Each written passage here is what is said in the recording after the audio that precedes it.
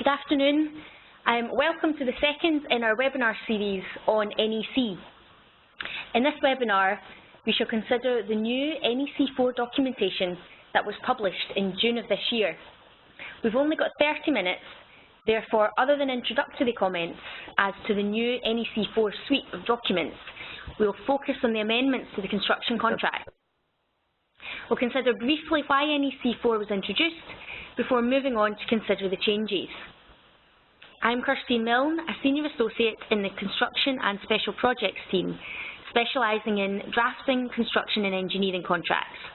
I'm joined by Shan Jeffries, a Senior Associate in the Construction and Special Projects team, specialising in construction and engineering disputes. Both of us regularly advise on transactional issues and dispute resolution matters in construction across a wide range of projects and clients, including private and public sector clients and/or contractors, consultants and funders. We therefore have extensive experience in helping clients to work with construction and engineering contracts, including NEC contracts, and we have a solid grasp of recent developments in the judicial approach to these contracts. This forms the basis of the advice that we give to clients and of the information we will be sharing with you today. We're currently acting for the client tendering a framework in NEC4, believed to be the first to use this, as the tender was issued in June immediately after NEC4 publication. Since the NEC published a preview of the changes, the construction contract geeks have been eagerly awaiting their release. So first of all, why all the changes? NEC advised that in the 12 years that NEC3 has been in use, NEC has received feedback from users and requests for further features and contract solutions, and thus NEC4 was born. As NEC have said, evolution, not revolution. The structure of the contracts remains the same, but with NEC4 there comes new terminology, new clauses, and some new forms of contract. We carried out a comparison of NEC4 against NEC3 engineering contract as soon as we received it, and our notes showed changes to most clauses, albeit many are purely terminology. But be under no mistake, there's a body of work to get up to speed with NEC4, even if you are NEC3 proficient. The NEC website states that NEC4 reflects user feedback, industry developments and user best practice, has improved contract administration and reduces administration costs, increased flexibility in each contract and NEC suite, has improved risk opportunity and management, is designed for international use, and has better value, greater certainty and improved delivery. So what's been the market reaction thus far? Our client base has seen a mixed reaction. There's no doubt that an increasing proportion of our client base use, or as contractors receive, NEC contracts. It's been used more and more in the public sector for projects. There are two distinct schools, those who amend significantly through Z clauses and those who embrace the philosophy. As a lawyer, probably unsurprisingly, I fall into the former category usually. I don't believe that NEC4 will change this position. Whilst the changes address a number of the perceived gaps in NEC3, I don't consider that they do so in a manner that would meet many of our clients' requirements. Currently, we've got tenders out based upon NEC4, and equally, we're still being instructed in NEC3 contracts for new projects. As with any standard form, there will be a time lag for 12 months or so whilst the industry catches up. NEC has confirmed that NEC3 contracts will remain in circulation and can continue to be used.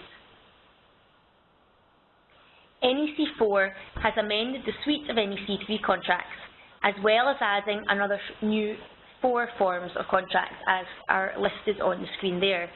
So firstly, the design, build, operate contract, possibly one that may be used for some renewable energy contracts, where the contractor may also be appointed to operate and maintain. The alliance contract, currently out for consultation only.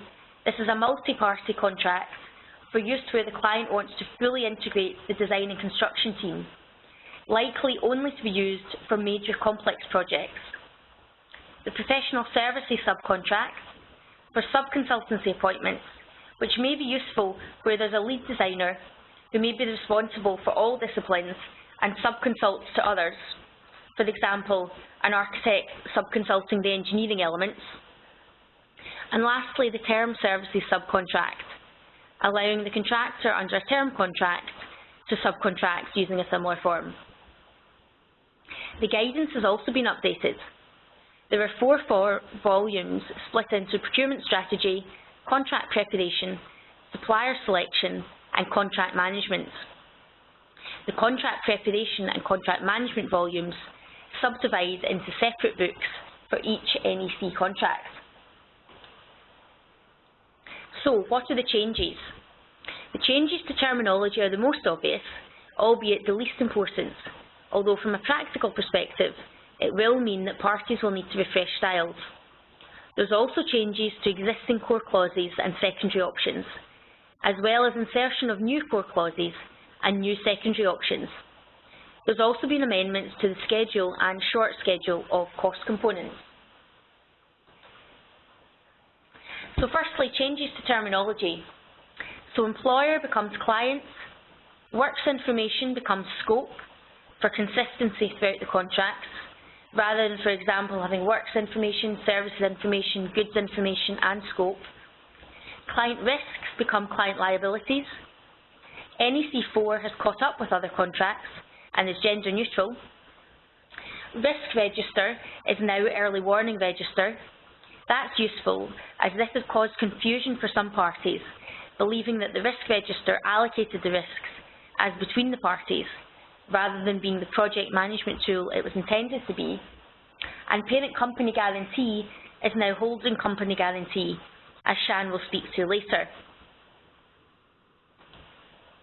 So moving now to the amendments to the existing clauses, and we've focused here on what we consider to be the main and kind of key amendments.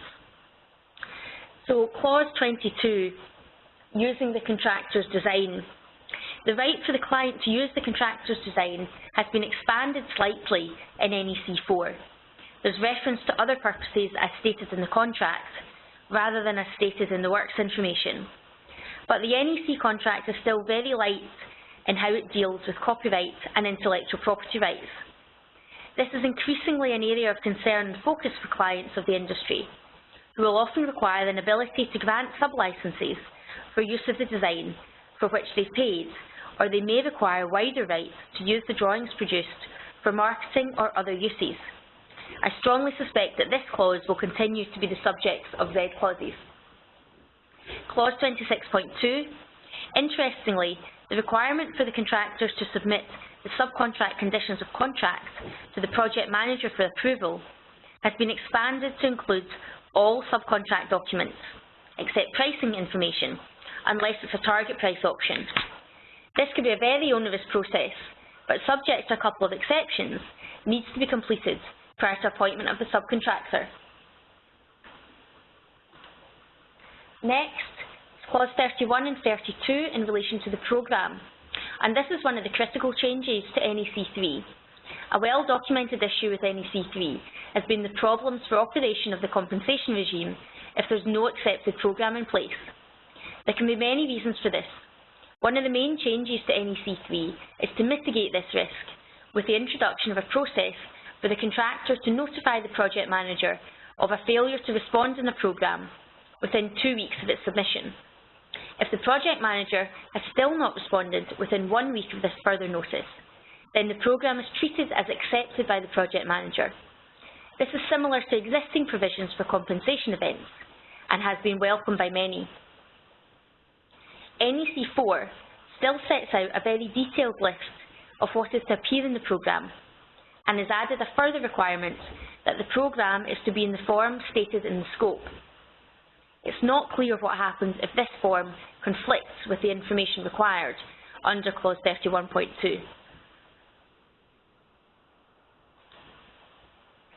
Then in clause 36, the ability to suggest acceleration now applies to the contractor as well as to the project manager. The project manager would of course have to accept the contractor's suggestion.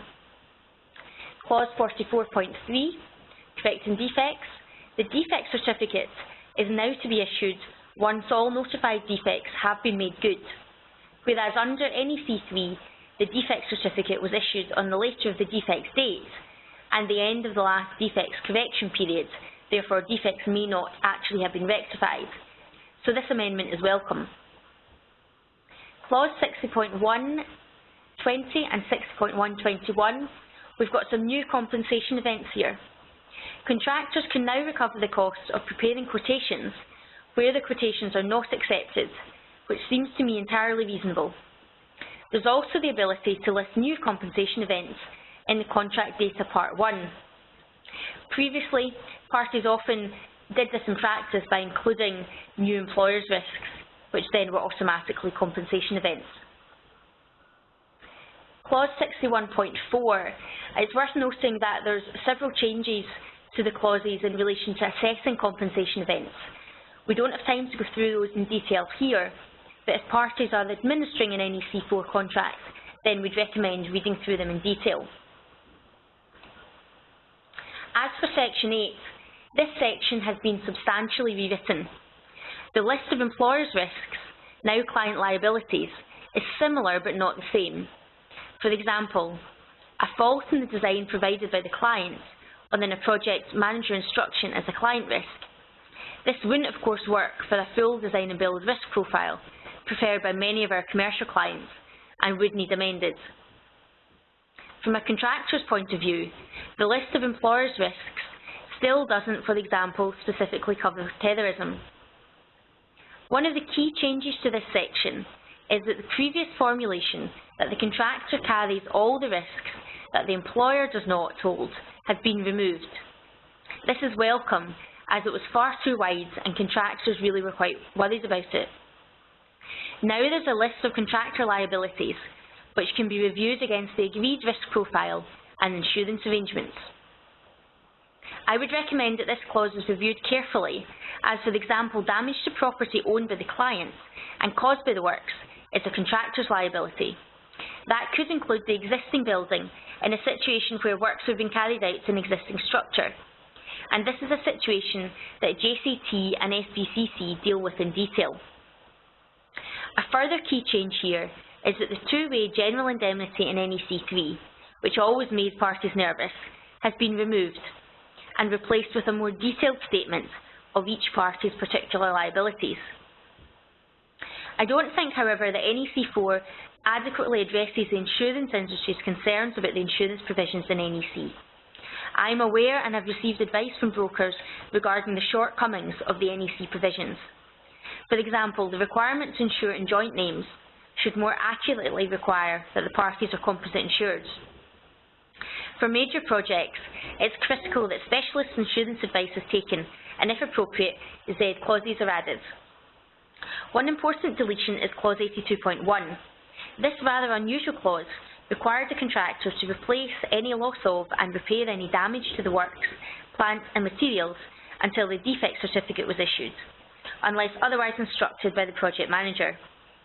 Whilst the contractor would have been entitled to a compensation event if this damage wasn't their fault, it was still a very onerous clause and could cause issues if, for example, the contractor and the employer were in dispute as to whether damage was the contractor's fault. Clause 90.2, termination for any reason, i.e. at will, has been deleted, although it can now be included as secondary option X11. That seems odd, as it wasn't a contentious clause, and clients will want to include it. Clause 91, there's some minor amendments. For example, the insolvency scenarios have been widened to include appointment of an administrator. Option W1 and W2, there's now the possibility of disputes being referred to senior representatives. That's a useful statement of intent, but we cannot of course contract out of adjudication in the UK where it would otherwise apply. And there's also a new clause W3 introducing a dispute avoidance board. Following in the footsteps of the likes of FIDIC, and likely with an eye to international users, the DAB is nominated at the start of a project and becomes familiar with the project as it progresses, making regular visits to site. Disputes that arise are then referred to the DAB, who will discuss the issues with parties and try to find a solution. If it is not resolved, then they will propose a recommendation. It's likely that DABs are the luxury that would only be used for projects of a certain scale and value. And now I'll pass over to Shan, who's going to look at the new features introduced under NEC4.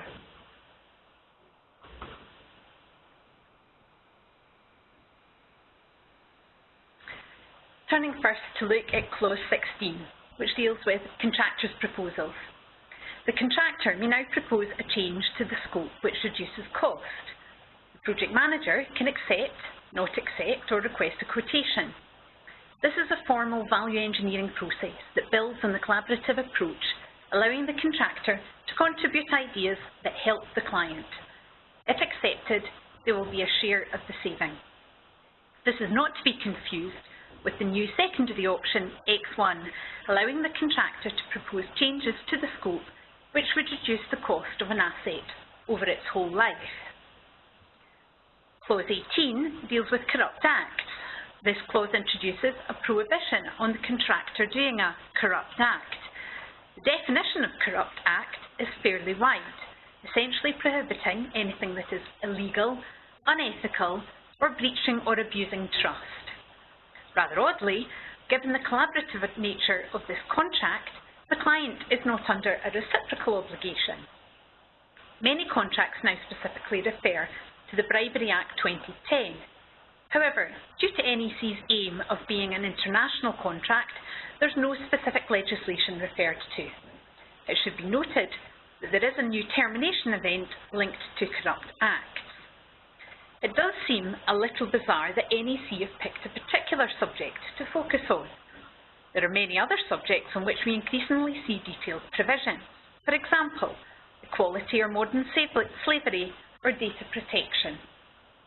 It would have been preferable to have seen a general obligation to comply with all applicable law. This is still, in our view, a major gap in the NEC contract. Clause 28 deals with assignment. One of the clauses missing from NEC3 was an assignment clause, although under Scots law, in the absence of an explicit prohibition, it is generally considered under common law that the rights and obligations of the employer could be assigned, as could the rights of the contractor, but not the contractor's obligations.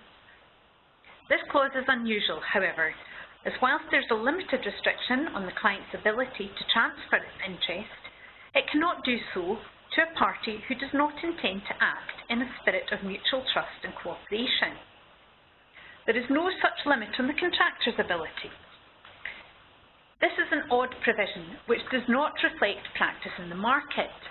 I have absolutely no idea how you can tell whether a potential assignee intends to act in a spirit of mutual trust and cooperation. I strongly suspect that this will immediately attract the Z clause. Clause 29 deals with disclosure. A very simple confidentiality clause has been included so that neither party can disclose any information obtained in connection with the works unless necessary to do so for the works. Again, this is unlikely to satisfy the lawyers. Parties will expect that disclosure to advisors be permitted and that no breach occurs if the information is already available in the public domain.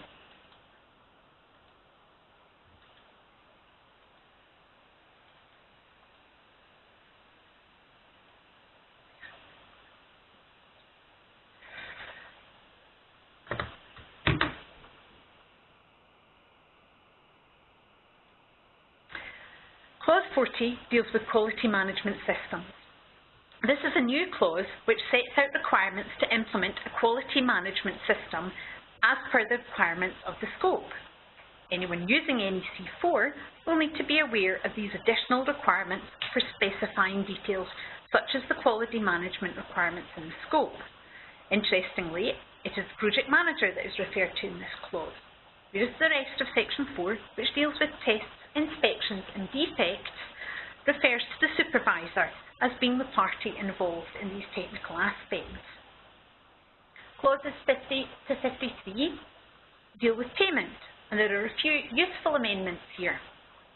There's now provision in clause 50.2 for the contractor to make an application for payment, which is similar to other standard form contracts. The clause provides that if the contractor does not make an application by the assessment date, then the opportunity will be lost until the next month, and the impact of the drafting around the amount due in that instance is that no payment will be due to the contractor that month. This is the approach that had applied in the short form contract and now applies across the suite, and it will certainly act as an incentive for the contractor to submit an application.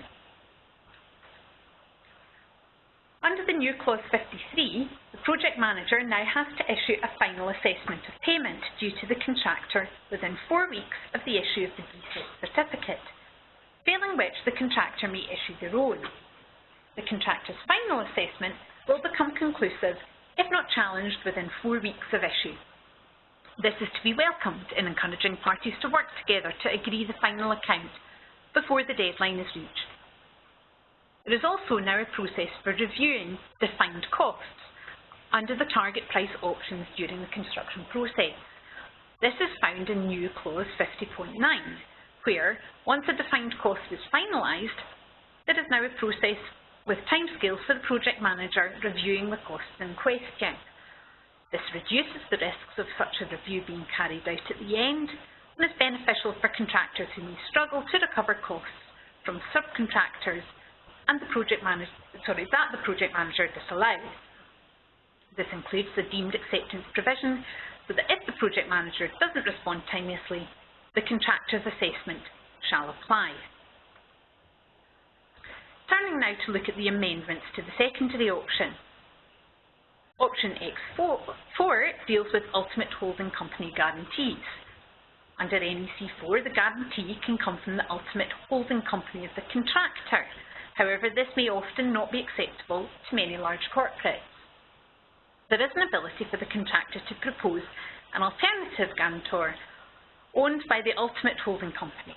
However, this may all be academic, as for most major projects, the identity of the guarantor is agreed prior to signing. It is something to be aware of when tendering. X15, which deals with the contractor's design and has been amended to include reference to the skill and care normally used by professionals designing similar works, as opposed to simply reasonable skill and care. The burden of proof also appears to have switched from the contractor having to show that they did use such skill and care to the client having to show that they did not, which is the more standard approach. Our experience is that most contractors expect X15 to be included in the contract. There is also now a requirement for the contractor to maintain professional indemnity insurance, although we have often seen that simply amended into the insurance clause. Option X16 deals with the retention and provides that this is now an option of the contractor to propose a retention bond. X18 deals with limitation of liability. The contractor's share is now a carve-out from the limitation on liability.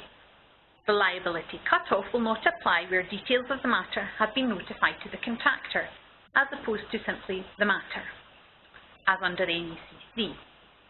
Presumably this means there needs to be more information given to the contractor in relation to a breach. Turning now to look at the new secondary options. X8 deals with undertakings to the client or others. Collateral warranties now feature under NEC contracts under the more international term undertaking. Collateral warranties have been a feature of the UK market for many years, and despite the Contracts Rights of Third Parties Act 1999 that applies in England and Wales, they're still prevalent.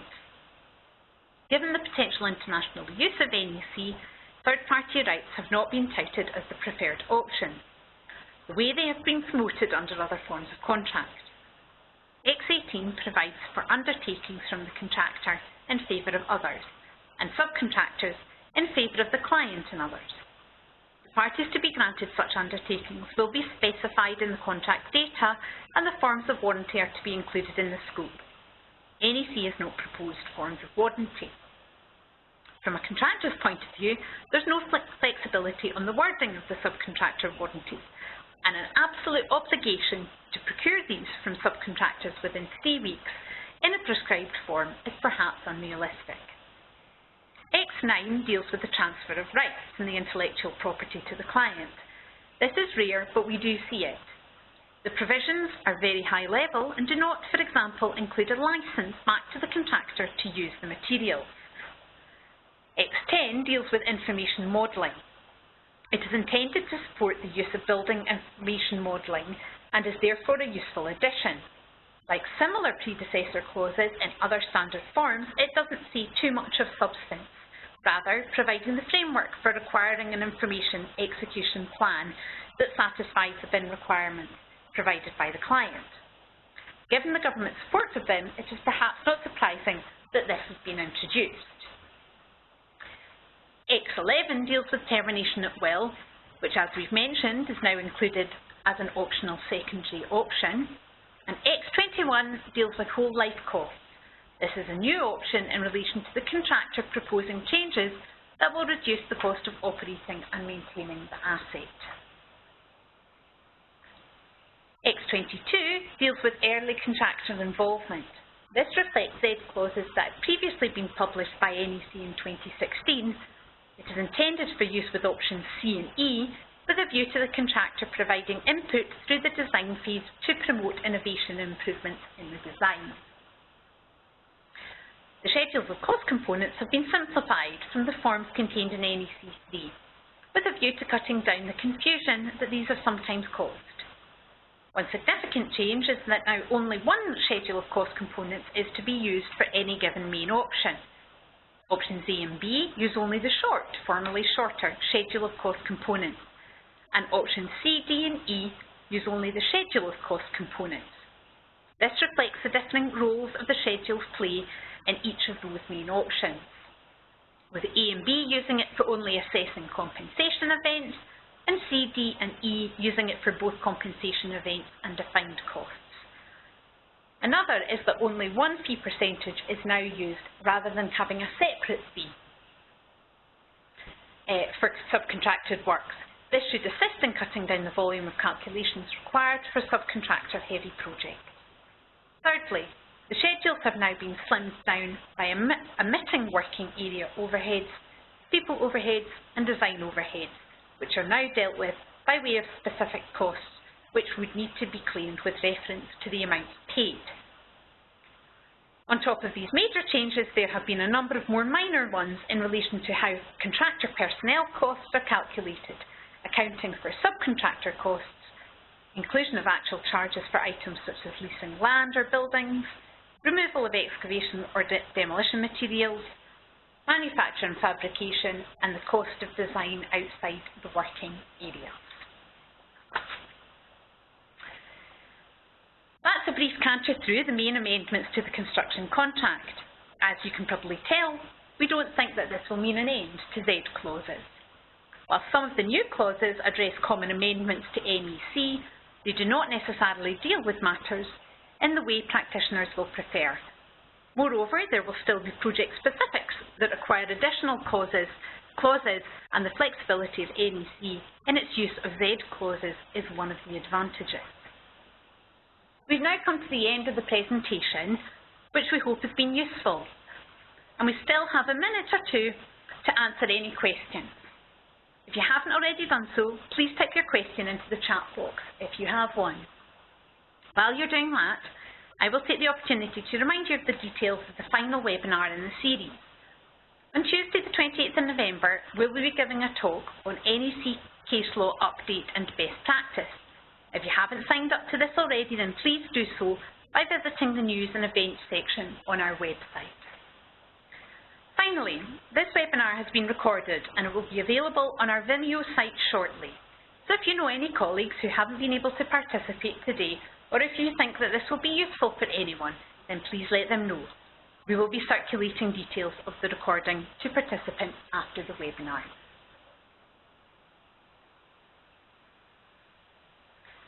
Doesn't look like we've got any questions today, so if there aren't any, then we'll just bring this webinar to a close. Thank you. Thanks. Just let us know if there's any other questions later on. You should have both Shan and my contact details. Thanks.